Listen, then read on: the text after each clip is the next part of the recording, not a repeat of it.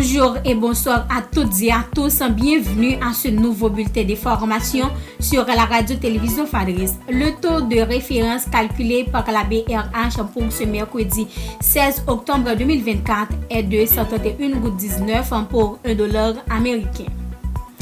Le Premier ministre Gary Coney est de retour en Haïti hier mardi 15 octobre après un long voyage entamé aux Émirats arabes unis et au Kenya lors d'un point de presse accordé au salon diplomatique de l'aéroport Toussaint Louverture. Gary Coney a présenté un bilan satisfaisant de son voyage.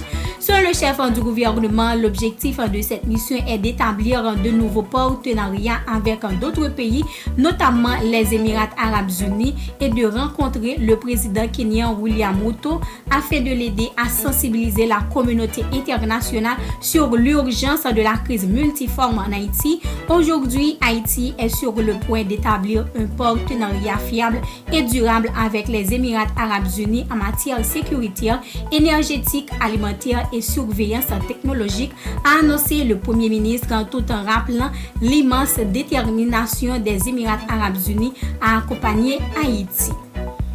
Les deux marins philippins qui ont été enlevés le 10 septembre dernier à bord du MV Progresso de la baie de Port-au-Prince sont libérés contre rançon le 3 octobre selon le journal Le Nouvelliste. Leur enlèvement suivi de tirs sur le port avait paralysé les activités à l'APN et au CPS avant la reprise des opérations samedi dernier. Des commerçants dominicains du marché frontalier de Dayabon ont annoncé une éventuelle fermeture de la frontière pour des Haïtiens en vue de contester contre l'expulsion massive des ressortissants haïtiens en République dominicaine. Un terrible accident s'est produit hier mardi 15 octobre 2024 à Croix-de-Fer, commune de Belader, causant la mort d'un agent de Polyfront, Walk Diego Belvi, issu de la 32e promotion. Un camion a percuté son moto alors qu'il était à bord de ce véhicule transporté d'urgence à l'hôpital. L'agent de Polyfront a succombé à ses blessures.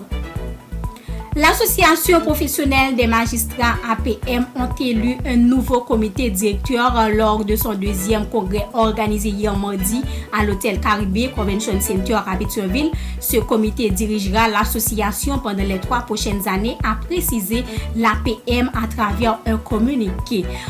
À l'échelle internationale, le néo-panafricaniste béninois Kémy Séba interpellé à Paris.